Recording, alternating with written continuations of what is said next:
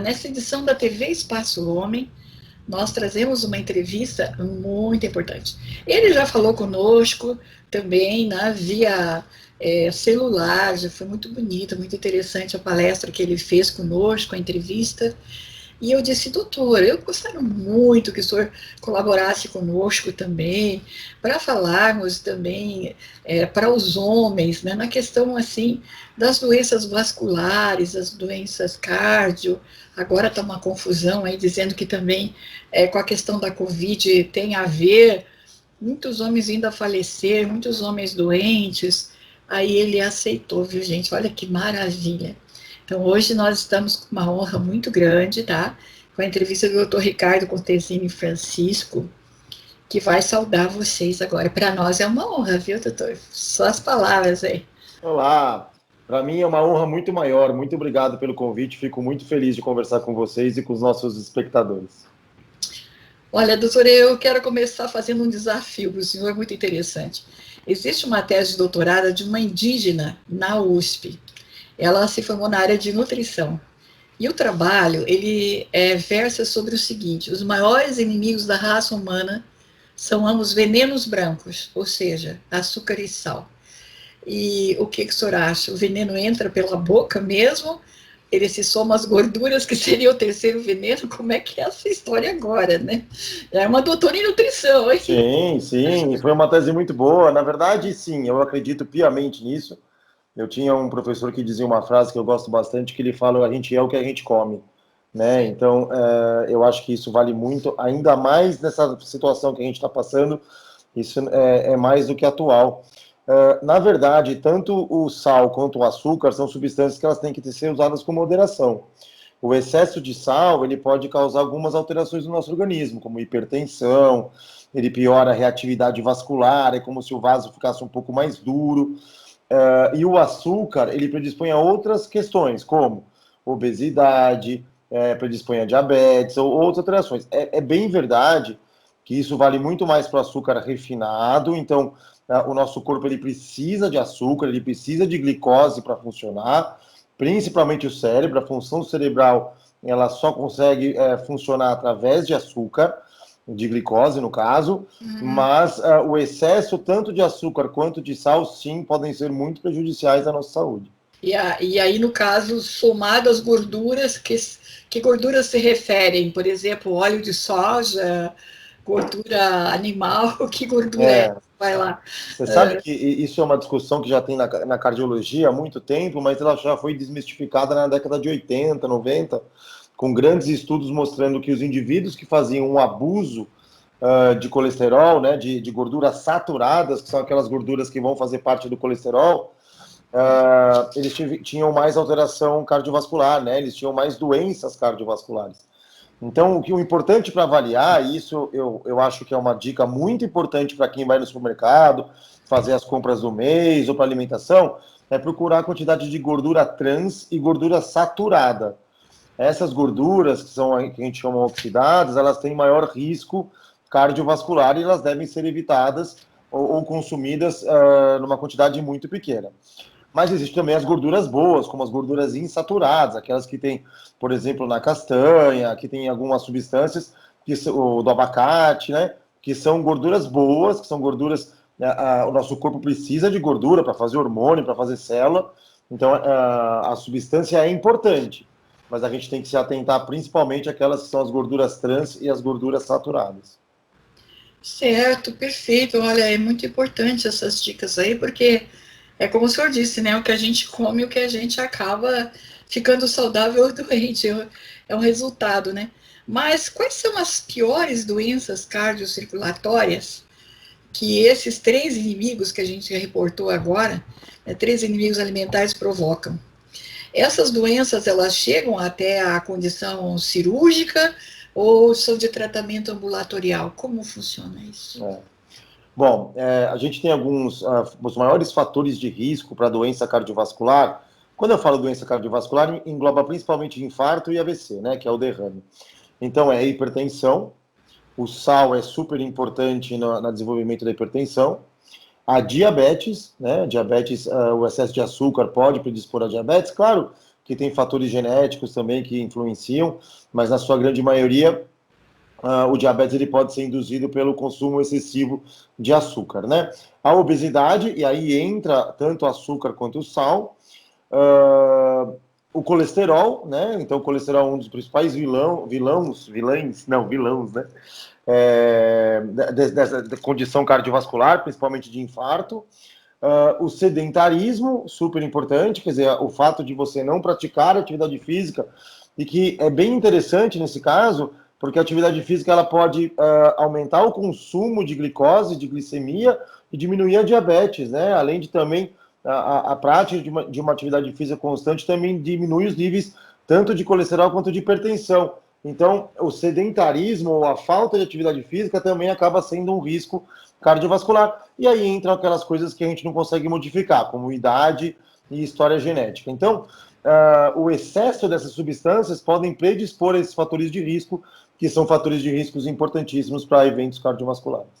Dentro desse contexto que nós perguntamos agora, eu até li dois termos que, não sendo médica, obviamente, como leiga, como qualquer outra pessoa, a gente não sabe o que quer dizer. O que é hipercolesterolemia? Hipercolesterolemia familiar e triglicéridos elevados. Difícil esse primeiro aí, a gente tem que treinar. Bom, quando a gente fala do colesterol, a gente fala o seguinte: não existe uma molécula chamada colesterol total. O colesterol total é uma junção de 3 moléculas de colesterol. Então tem o HDL, eu costumo fazer uma regra mnemônica, vocês me perdoem o trocadilho, mas o HDL, o H de honesto, é o colesterol bom. A gente tem o LDL, o L de ladrão é o colesterol ruim. E a gente tem o VLDL. O VLDL é uma molécula intermediária, então a gente acaba não dando tanta importância no primeiro momento quando a gente faz essa avaliação do paciente, né? Só 15% do colesterol ele vem da alimentação, 85% do colesterol ele é genético, né? Então, muitas vezes a gente precisa entrar com medicamentos, porque por mais que o indivíduo comece uma prática de atividade física e comece uma dieta, ele realmente não vai conseguir atingir os níveis porque ele já tem uma alteração genética. A hipercolesterolemia familiar é isso, você não tem uma enzima que quebra o colesterol, então você acaba tendo níveis de colesterol muito altos, né? A gente costuma dizer que o normal é até 190, em alguns lugares 200, eu tenho pacientes que chegam a 1.000, 1.100, né? Porque é uma doença genética que você não faz a quebra. Já o triglicérides também é um tipo de colesterol, mas ele é mais à base de carboidrato, ele é mais pão, arroz, batata, macarrão, isso que aumenta o triglicérides. E o triglicérides, só 10% ele é genético, 90% é alimentar, né? Então, a gente costuma dizer que quando o paciente aparece no consultório com triglicérides alto e colesterol alto, ele está comendo, né? Então a gente tem que readequar a alimentação dele. Já aqueles indivíduos que têm um triglicérides muito baixo, ou um triglicérides baixo ou normal, mas tem um colesterol alto, provavelmente ele tem uma carga genética muito importante. O senhor falou em alimentos, né, bebidas, os hábitos e também a hereditariedade, digamos assim, né? Mas vamos pensar um pouco assim, além da pressão alta, a obesidade, né? Aí o que pode causar, por exemplo, riscos até de cirurgia? Quais cirurgia? O que é essa situação? O senhor falou que levanta muito a pressão, né, a pressão arterial, mas não falamos do excesso de peso. O que é o excesso de peso? Até onde vai ter esse limite, né? O senhor já falou da genética, que eu acho que é o mesmo que o senhor abordou há pouco, né? Mas até onde vai esse... O que é esse excesso de peso, né? Você sabe que é interessante que durante muitos anos a gente acreditava, alguns estudos mostraram que a obesidade não era um fator de risco independente para infarto agudo do miocárdio ou para o infarto, né? Então a gente não conseguia relacionar ganho de peso com infarto. Mas o que a gente sabe é que os indivíduos que têm sobrepeso e são obesos mórbidos ou obesos tipo 4, que a gente chama, eles têm maior risco de diabetes, eles têm maior risco de hipertensão, ele tem maior risco de colesterol, né, de colesterol alto, e isso sim são fatores de risco independentes. Então, a obesidade, sem dúvida nenhuma, ela é fator de risco, não só para doenças cardiovasculares, como também principalmente para cânceres. Né? Vários cânceres são muito mais comuns e são ativados pela obesidade durante muito tempo. Então, então, por exemplo, assim, doutor, entre a obesidade e a pressão alta, o que mais prejudica para até conduzir a uma cirurgia seria a obesidade. O Não, impacto. no impacto das doenças cardiovasculares, a hipertensão é mais grave do que a obesidade, né? Mas é que normalmente todo obeso é hipertenso, então, ou a maioria dos obesos acabam sendo hipertensos. Mas o que a gente sabe da cirurgia bariátrica, que seria a cirurgia para redução de peso, é que nos indivíduos que estão com IMC acima de 40, que é a indicação da cirurgia bariátrica, eles controlam muito melhor, aqueles que tinham colesterol, eles controlam o colesterol, aqueles que tinham diabetes, diminuem o diabetes, aqueles que tinham pressão alta param de tomar remédio. Então, sem dúvida nenhuma, aí a obesidade ela vai predispor aos outros fatores de risco. E a cirurgia da obesidade, que é a cirurgia bariátrica, que tem várias técnicas, né? Elas conseguem controlar melhor esses fatores de risco. Agora, hipertensão, etc., já não tem cirurgia, o tratamento é clínico tanto para hipertensão quanto... A diabetes ainda tem a cirurgia, como uma derivação da cirurgia bariátrica, que também controla o diabetes, mas quando a gente fala de colesterol, hipertensão, aí não tem jeito, o tratamento é clínico mesmo com medicamento.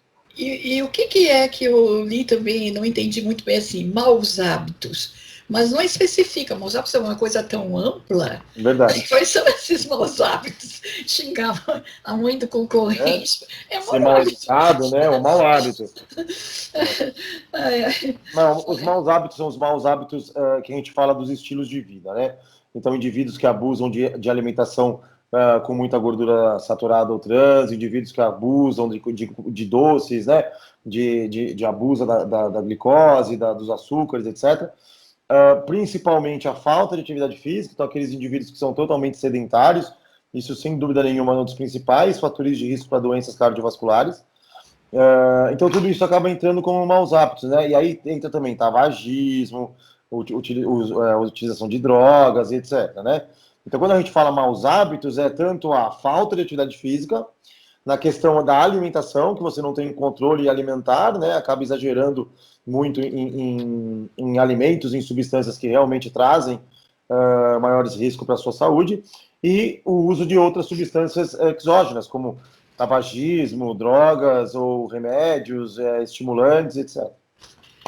O senhor fala em estimulantes e drogas, né? Tem algumas também que são referentes ao melhor desempenho de sexo, né? Tem alguma coisa a ver também aí com a hipertensão? Corre mais risco essas pessoas? Como que funciona?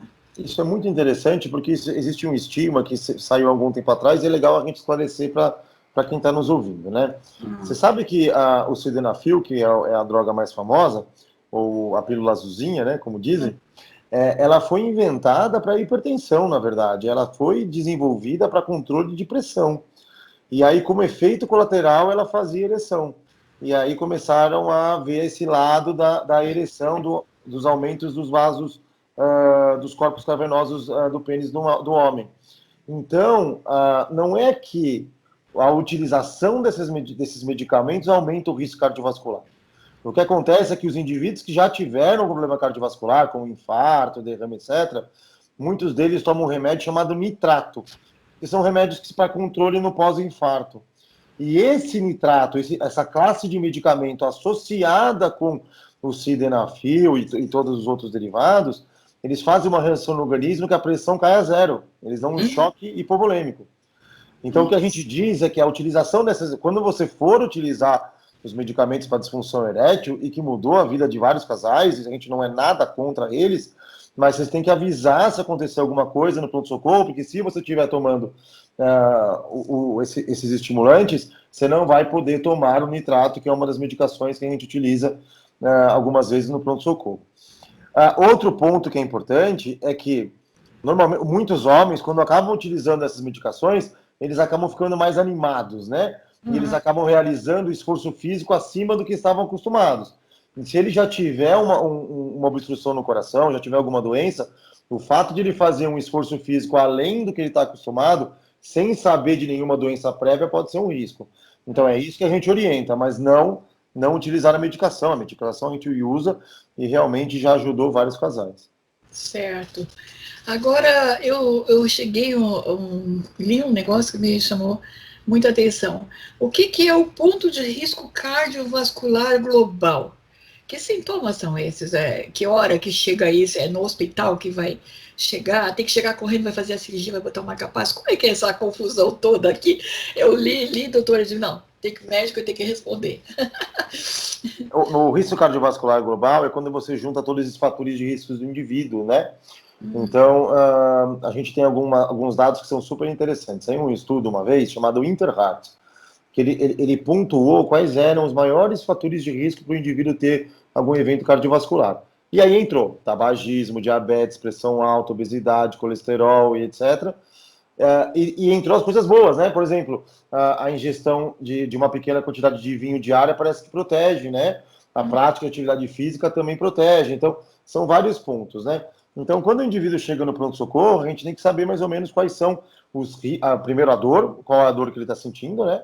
E saber se ele já tem aqueles fatores de risco cardiovasculares que vão ter que ser abordados para ele não voltar a ter um novo evento.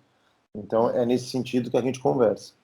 Já no atendimento já vai ter a condição de verificar se vai para uma cirurgia, vai necessitar de marca-passo, se vai ter que fazer um transplante naquele momento do primeiro atendimento. Já tem essa visão? Na verdade é o seguinte, existem alguns tipos de infarto e angina, né? Então tem o infarto com supra, que é quando você tem uma oclusão da artéria, ela fechou totalmente. Isso é um caso de emergência, de urgência, e sim, o indivíduo vai para o cateterismo direto ou para a cirurgia, dependendo do caso. A gente faz um exame de eletrocardiograma, vê onde está entupido e aí a gente já encaminha direto. Isso é uma emergência, né? Existe um infarto sem supra, que é aquele que você não ocluiu totalmente a artéria, mas ela está obstruída, 90%, 80%, 85%. Mesma coisa, aí normalmente esses indivíduos a gente também manda para cateterismo para dar uma olhada, ou então a gente inicia com medicamentos via oral para fazer o controle. E existe a angina, né? Que a angina instável também é uma emergência, em que você ainda não... Qual é a diferença, né, da angina e dos infartos?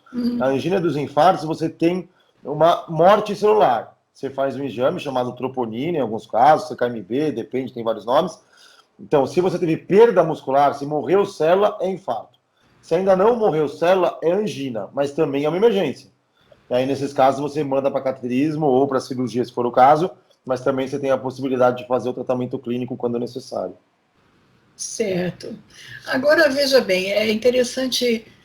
Eu, por exemplo, perdi um irmão com um problema cardiocirculatório, né? Inclusive puseram marca-passo naquele tempo, que era bem diferente de agora, e era bem jovem, e tinha bons hábitos alimentares, praticava esporte, né? Agora, o que é que a gente está vendo ultimamente? Existem riscos também, mesmo que os praticantes, né, de exercícios, de esporte, também estão envolvidos, né, nesses acidentes cardiovasculares e muita gente jovem.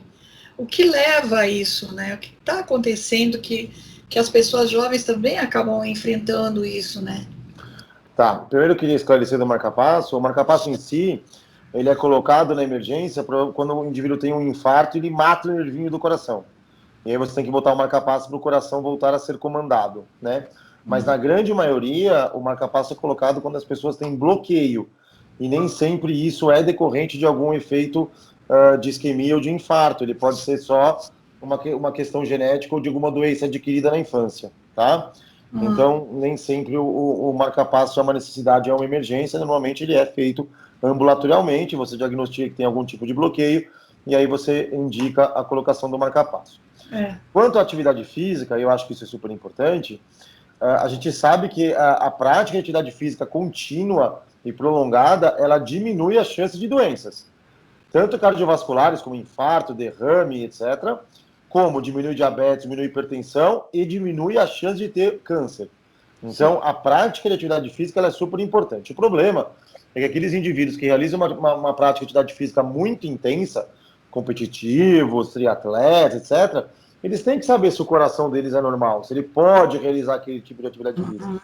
Porque existem muitas doenças genéticas, como a miocardiopatia hipertrófica, que foi a que matou aquele jogador Serginho, alguns jogadores da NBA. Existe a displasia ritmogênica do ventrículo direito, que são doenças genéticas, familiares, que muitas vezes elas são silenciosas.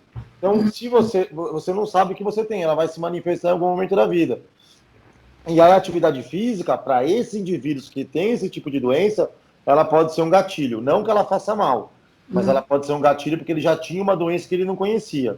O mesmo vale para nós, acima de 40, 45 anos, que queremos iniciar uma prática de atividade física para a saúde e devemos fazê-lo, mas a gente precisa antes saber se você não tem nenhum problema no coração, como obstrução, alguma outra coisa adquirida ao longo da vida, que permita que você faça atividade física e aí sim ela vai trazer mais saúde. Teria que sempre fazer digamos, um check-up, né, para poder ter certeza que pode fazer ou não. Apenas o coração ou tem outras situações que podem aparecer também que pode levar a um infarto, alguma coisa assim. A circulatório que a gente está falando é também cardio, né? Como é? Circulatório tem alguma coisa a ver também aí? Como é que fica? Eu acho engraçado esse termo, sabia? Porque eu brinco com meus alunos que eu falo o seguinte, é uma doença do vaso, e vaso a gente tem em todo lugar. A gente tem vaso no coração, a gente tem vaso no fígado, a gente tem vaso no cérebro, a gente tem vaso no rim. Então é complicado falar, né, de cardiocirculatório sendo só cardiovascular. Não é. A gente tem vaso em todos os lugares, né? É que quando você entope no coração é um momento um pouquinho mais crítico, um momento mais perigoso, assim como quando você entope um da cabeça, que tem um derrame, também é um momento muito complicado, né? Mas quem estuda isso são os cardiologistas, que fazem a doença cardiovascular, assim como os vasculares, mas a especialidade vascular, eles são mais cirurgiões, né? Eles também são clínicos, mas ela é mais voltada para a cirurgia, enquanto o cardiologista ele tem as duas coisas, né? Tem a cirurgia do coração, mas eles são mais voltados também para o tratamento clínico, que é o meu caso, que é o tratamento do indivíduo antes da necessidade da cirurgia. Então, neste caso, quem for praticar esporte daqui para frente, que quiser até ser atleta mesmo, tanto homem quanto mulher, é importante fazer todo exames cardiovasculares com um especialista como o senhor. A partir dali, se está bem, aí, então, ele... Respiratório também, eu acho, né? Não sei. Sim. Só para explicar um pouquinho melhor, eu não sou contra que faça atividade física, muito pelo contrário. Eu acho que nós temos que fazer. O que eu digo é que acima de 40 anos, ou indivíduos que têm mais de 2 fatores de risco, entre eles hipertensão, diabetes, colesterol, obesidade, tabagismo, etc., é importante que você faça um exame prévio para saber se você já não tem uma doença que a gente ainda não conseguiu identificar, né? Não identificamos porque não tinha feito o exame antes. Então é importante que, mesmo para aqueles indivíduos que querem iniciar uma atividade física, que sim, façam um check-up pelo menos uma vez por ano com um cardiologista, de preferência um cardiologista que mexa com esportes, né? E a gente faz essa avaliação de check-up, por exemplo, o teste que a gente faz muito é o teste de esteira, o teste ergométrico, que você consegue avaliar não só o coração, como também o pulmão, que é super importante para a gente saber nesses indivíduos. É interessante, né? Porque tem pessoas assim, acham que a qualquer momento eu posso iniciar, né, uma vida desportiva, mas ela vai ter que ter todo um critério de análise da vida anterior e o que vai esperar, digamos, o desenvolvimento desse esporte e como que é a condição dela no momento. E aí talvez pode ir o treinamento concomitante com acompanhamento do cardiovascular, seria mais ou menos isso, né? Exatamente. Correto, perfeito. Tá, agora eu tenho 2 perguntas que é interessante, porque eu li como é que se fala? 2 textos diferentes, né? Eu sempre leio para poder perguntar, porque eu não sou especialista em nada dessas áreas. Mas eu achei interessante a questão da vida sexual, né? Ela vai ter duas dúvidas que me ficou, tá? Dizem, né, que normalmente as cirurgias não feitas, né, circulatória cardíaca, afeta muito a vida sexual do homem, que tem esses medicamentos, como o senhor falou, e que pode os esportes, a dieta, não sei o quê, resolver. Há outros casos que dizem que não, que vai ter que depender de marca-passo, uma série de coisas, os medicamentos controlados também, né, cardiovasculares e tal, mas que nos 2 casos prejudica a ereção do homem, prejudica a vida sexual e prejudica da mulher também. Como é que funciona isso? É verdade ou não?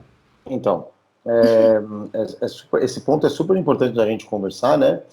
E principalmente assim, aqueles indivíduos que já sofreram alguma doença cardiovascular e principalmente o infarto, eles têm que tomar algumas medicações que às vezes interferem sim na função erétil. O principal deles chama-se beta-bloqueadores, e eles são essenciais para os indivíduos que já tiveram um infarto, porque eles aumentam a força do coração eles diminuem o consumo de oxigênio, ou seja, eles melhoram a função do coração, mas eles sim têm uma ação em relação à libido e ereção. Então, eles acabam realmente atrapalhando um pouco. É sempre importante salientar que você tem que conversar com o seu médico antes de fazer qualquer tipo de troca de medicação, não é para interromper por conta própria, mas existem sim algumas medicações, entre elas os beta-bloqueadores, que podem diminuir a função sexual. Mas eu acho que o mais importante em relação a isso é a cabeça do homem, né? O homem, depois que ele teve um infarto ou teve qualquer evento cardiovascular, ele acaba tendo, a gente costuma falar que ele entra em depressão, que chama depressão pós-infarto, que é muito comum, porque realmente fica com medo, fica com receio, então tem medo de fazer, mesmo uma atividade física sexual, ele tem medo de realizar, tendo medo de ter outro infarto, né? Então isso também interfere bastante na função sexual. E essas medicações também diminuem a libido da mulher, né? Também diminuem a função sexual feminina. Então é importante toda vez que isso acontecer, ou que você sentir alguma diferença, que você converse com o seu cardiologista para saber se pode mudar, diminuir dose, e aí a gente monta conforme a necessidade de cada indivíduo. Até uma vez eu conversei com uma senhora que tanto ela quanto o marido tinham problemas assim, aí elas que usavam produtos tópicos, foi o que ela me falou. Aí é interessante, né? Eu acho que a gente tem que ir Isso é um problema muito sério. Esses produtos tópicos normalmente são testosterona, então eles são anabolizantes que você usa para uso tópico. Então você tem que. Isso são hormônios e que eles só devem ser utilizados estritamente com prescrição médica, né? Pois é, Então, para você ver. se o homem tiver uma testosterona mais baixa, para ele repor, ok, mas ele tem que estar com ela baixa, e a mulher também produz um pouco de testosterona, que é responsável pelo libido, ela pode repor, mas desde que ela tenha níveis baixos. A gente tem uma tendência, infelizmente, né, de automedicação, e como essas medicações elas dão um ganho de massa e aumentam a libido, do uso indiscriminado, mas que pode trazer grandes problemas, inclusive câncer, infarto e etc. Neste caso, quem vai receitar isso é o próprio cardio, ou ela vai ter que ir para outro especialista e ele para outro especialista? Como que Não, quem pode prescrever seriam os cardios, os ginecologistas e os endocrinologistas. Eles que são os especialistas para poder fazer. Exatamente. Para o homem também? Não, o ginecologista para a mulher. O homem também. Não, sim. Não. O ginecologista para a mulher, o urologista para o homem. O urologista, tá. E no caso, a aplicação do marca-passo, segundo uma pessoa falou para mim, que era mulher, diz que ela pôs o marca-passo, não aconteceu nada grave com ela. Mas que com o marido aconteceu assim que ele não tem mais ereção, não tem mais nenhum apetite sexual. Ele, como se ele tivesse assim, depressão, como o senhor está falando. Ele ficou assim, sabe? Não quer mais nem viver. É difícil, né? Porque quando você tem que colocar o marca-passo, realmente vem aquele estigma na nossa cabeça que, pô, eu tenho que colocar um aparelhinho para o meu coração funcionar. Então as pessoas ficam com muito receio, com muito medo e acabam, sim, muitas vezes em caso de depressão. Mas é importante a gente salientar que o uso de marca-passo por si só, ele não causa disfunção erétil. O marca-passo não tem esse poder. O marca-passo é um mecanismo em que você coloca dentro do coração, do sistema circulatório, do sistema nervoso do coração, que é para comandar o coração. Ele não tem ação nenhuma em relação à disfunção erétil. O que acontece é que muitos dos pacientes que fazem uso de marca-passo têm que tomar medicações, entre elas os beta-bloqueadores, e esses sim causam essa alteração. Então tem que ver e conversar com o seu médico para saber qual que é a possível causa, mas o marca-passo por si só não é responsável por isso.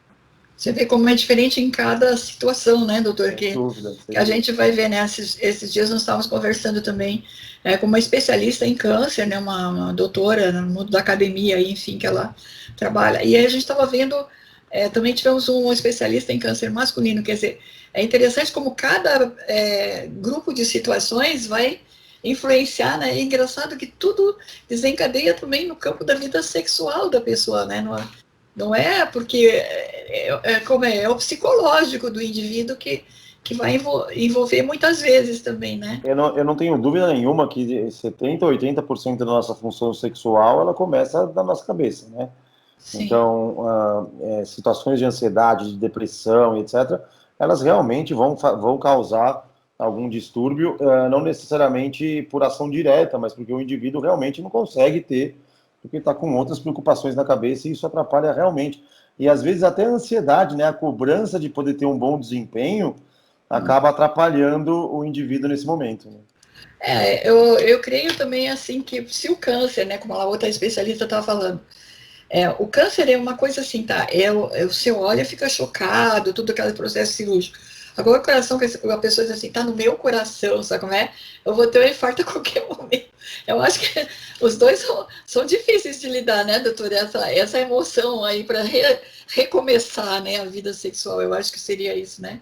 Claro, eu vou puxar um pouquinho a sardinha para o meu lado, né? Uhum. Mas o coração é o símbolo da vida, né? É o órgão, se a gente quiser fazer um órgão que simboliza a vida, é o coração, né? Sim, A gente fala que o indivíduo morreu quando o coração parou. Às sim. vezes não é verdade, existe a morte Dá cerebral mais também, mas, medo, né? mas o estigma do coração, né? Essa imagem que o coração tem, ela é super importante e ela causa um pouco de medo, né? Então, tive que mexer no coração, tive que operar o coração, tive que colocar um aparelho no coração. Isso traz bastante ansiedade e preocupação, não só para o indivíduo, como para toda a família, né? Sim. Agora vamos falar um pouco de Covid, né? Puxa vida, o maior índice de mortalidade são dos homens, tanto o contágio quanto a morte. E é engraçado que atinge também a área cardiocirculatória a partir daí, né? O que é que tem já de estudo da Covid-19 nesse ponto aí? Do ponto de vista da Covid e acometimento cardiovascular, são 3 pontos importantes. A primeira é que a gente descobriu que o Covid ele aumenta a chance de fazer trombose, né? Então ela faz coágulos que podem entupir veias e artérias. Então essa é uma das coisas, por isso que um dos avanços do tratamento da Covid, que a gente aprendeu nesse ano, infelizmente, de pandemia, é que é importante nesses indivíduos tomar o anticoagulante, porque o anticoagulante pode sim salvar esses indivíduos. Então, a hipercoagulabilidade, o aumento da chance de trombo é real nesses indivíduos e a gente tem que tratar. A segunda coisa que é super importante a gente falar é que, principalmente naqueles indivíduos que tiveram muito acometimento pulmonar, né? A Covid a gente sabe que pega pulmão 25%, 50%, 75%. Aqueles indivíduos que passaram de 50% e tiveram acometimento do pulmão, o pulmão ele é grudado no coração. E esse acometimento também pode ir para o coração em forma de uma infecção no coração, que a gente chama de miocardite. O grande problema é que essa doença ela pode se manifestar de 8 a 12 semanas depois do contágio. Então, Nossa. muitas vezes o pulmão já melhorou e o indivíduo começa a aparecer com algumas alterações, principalmente com cansaço, arritmia, fadiga, e isso é um sinal de infecção no coração e é uma doença potencialmente grave. E a terceira coisa, que a gente está pegando bastante isso nos nossos hospitais, são as arritmias pós-Covid. Parece que você tem uma sobrecarga no coração, porque o coração é que bombeia sangue para o pulmão. Esse pulmão está mais acometido, ele fica mais duro, entre aspas, e aí você começa a ter alguns tipos de arritmias nesse coração.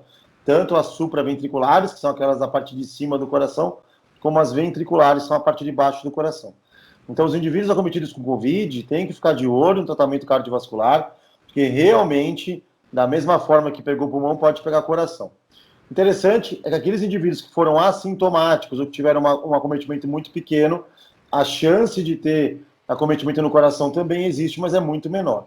Né? Então a gente fica mais de olho naqueles indivíduos que tiveram mais do que 50% de acometimento pulmonar. Nossa, tem que ter um acompanhamento continuado de todas as áreas também, né? Tem que ser mais multidisciplinar. Não sei se está acontecendo isso, né? Mas é um alerta que o senhor está dando muito interessante. Bom, nós já estamos quase finalizando e eu estou adorando conversar com o senhor, porque eu aprendi assim extraordinariamente, né? Mas agora vamos pensar assim, o que é que se pode fazer de prevenção, né? Digamos que é algo mais pessoal, e quando ocorre algo, né, que é mais social, como que a gente vai ser solidário com essas pessoas?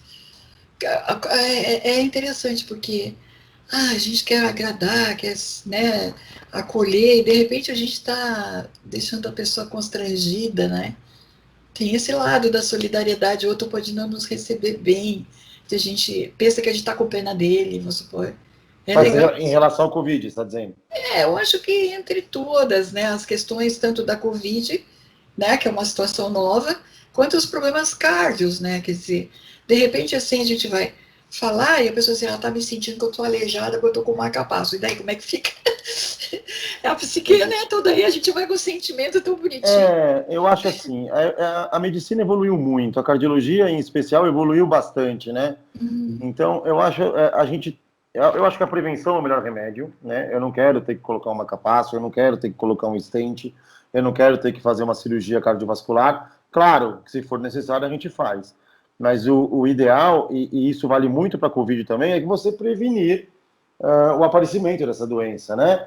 Então é importante uma alimentação regrada, é importante a prática de atividade física, não fumar é o mais importante. Então todas essas alterações, elas são importantes para fazer a prevenção. Quanto à abordagem familiar, isso é muito interessante. O que eu realmente percebo na rua é ao contrário, sabia?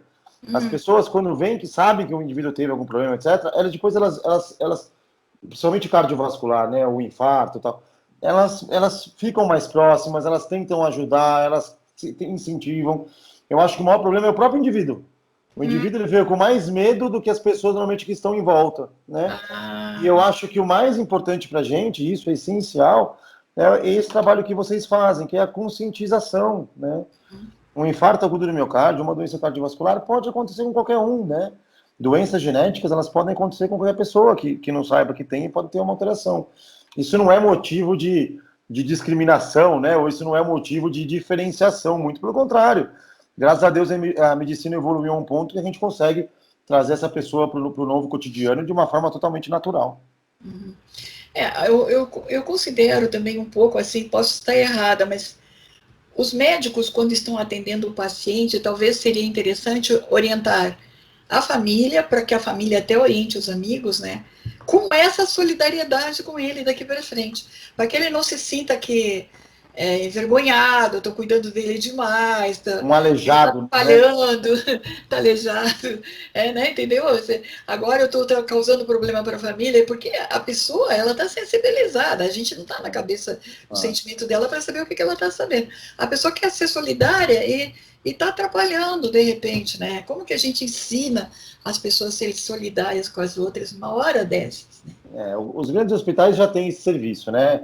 Então, eles já disponibilizam a psicóloga, não só para o paciente, também para os familiares. É bem verdade que isso acontece mais em casos oncológicos, né, em casos de câncer. Mas em casos de infarto também tem essa disponibilidade. Eu acho de suma importância. Eu acho de suma importância que a família acompanhe o indivíduo nas consultas. Eu tenho como prática muito isso, né? Indivíduos pós-infarto, pós-cirurgia, eu solicito que o companheiro, o parceiro, filhos, ou seja, quem for, acompanhe na consulta.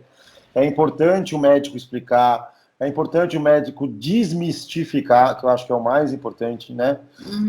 Eu tenho um paciente que fala assim, doutor, eu tenho marca-passo, eu não posso entrar no banco. Não é que você não pode entrar no banco, é que vai apitar, né?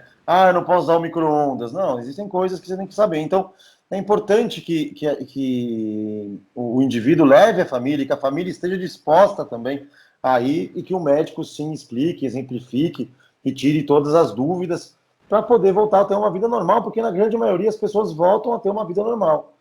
O problema é quando elas têm uma vida normal errada, né? Fumam, não fazem atividade física, etc. Mas elas voltam a ter e são inclusas na sociedade, podendo trabalhar, podendo conseguir sua vida, podendo ter uma vida sexual também normal, e isso é muito comum e a gente introduz o indivíduo a essa condição. Muito bem, olha, eu aprendi bastante, sinceramente, aprendi até que uma coisa que eu não aceitava era a morte do meu irmão tão jovem, mas é como o senhor colocou muito bem, às vezes é ao lado da genética, né, que a gente, na família não se sabe, né, genética, talvez nem todas as pessoas saibam o que é, não é? Também eu acho que um dia eu vou fazer entrevista com alguém que fale de genética, mas é interessante, porque provavelmente, né, ele foi o que adquiriu algo dos nossos antepassados aí que a gente não sabia, né? E os outros irmãos praticaram esporte normal sem problema algum, mas aquele veio até aquela tragédia toda para nós, né? A questão da solidariedade, da prevenção da solidariedade, que o senhor está passando para nós, eu acho que é muito importante, né? Porque muitas vezes os médicos, assim, querem muito só falar tecnicamente, né, cientificamente, mas não falam para a gente que nós somos pessoas populares, a gente não tem o conhecimento, às vezes, como vai lidar com aquela situação, né, marido, mulher, parente, como o senhor disse, o filho acompanha na consulta. Quer dizer, essas simulações que o senhor fez para nós, acho que muito importante, né? A solidariedade, como o senhor falou, às vezes a pessoa quer ajudar, mas, né, falar mal, não sabe se interpretar, outro pensa que estão com peninha dele, se sente Sim. mal, né? Então, são dicas, assim, que são muito valiosas e que estão acontecendo no dia a dia, mas que as pessoas, às vezes, não têm assim, a capacidade dessa comunicação que o senhor teve de dialogar conosco, né? E mostrar para nós as saídas, alternativas. A gente tem que aprender a lidar com os outros também, doentes, pode ser vizinho, pode ser pessoa que a gente encontra, né, em algum lugar. A gente quer ser solidário e não sabe como, já imaginou? E tá ainda deixando a pessoa com mais trauma, é terrível, né? Verdade. Mas eu aprendi bastante com sinceridade, sou muito grata, né? Eu quero dizer que o seu currículo está também meio resumido, mas tem os contatos, tudo aqui, que vocês podem conhecê-lo mais, ou para alguma palestra, enfim. Né? E se o senhor quiser divulgar algum contato seu, livro, obra, se faz palestra, fique à vontade também, tá bom? Claro, obrigado. Eu que agradeço o convite. Para mim é sempre uma honra e uma alegria. Eu adoro conversar com vocês. Para quem quiser entrar em contato, tanto para consultas quanto para palestras de estilo de vida, palestras sobre cardiologia do esporte, existe o meu site, né? Uhum. É www.drcontesini.com.br ou www.cardiologistaesportivo.com.br. Eu também atendo no Instituto Reaction, né, que é um instituto de medicina esportiva e estilo de vida. E vocês podem entrar lá com o meu contato, que é o 2507-9024. Agradeço mais uma vez o convite, adoro estar com vocês e me mantenho à disposição para quando vocês desejarem. Muito obrigada. É interessante, né? O senhor até estimula a gente a fazer suas entrevistas, eu achei maravilhoso. Doutor Ricardo Contesini Francisco, nosso agradecimento. Agradecimento à doutora Ana Paula Simões, que o indicou, né? Ela sempre está indicando gente maravilhosa para nós, tá? Minha gratidão ao senhor, então, também, né? E com certeza trouxe muitas dicas. Eu aprendi bastante, para falar a verdade, tá? Minha gratidão à sua pessoa. Gente querida, que tal? Vocês gostaram? Quantas coisas que deu para aprender hoje, hein? Vamos conversar com os amigos, com os parentes. Vamos levar essas informações para frente, gente. Saúde é felicidade, tá bom? Um grande beijo no coração. Até a próxima edição da nossa TV Espaço Homem. Até lá.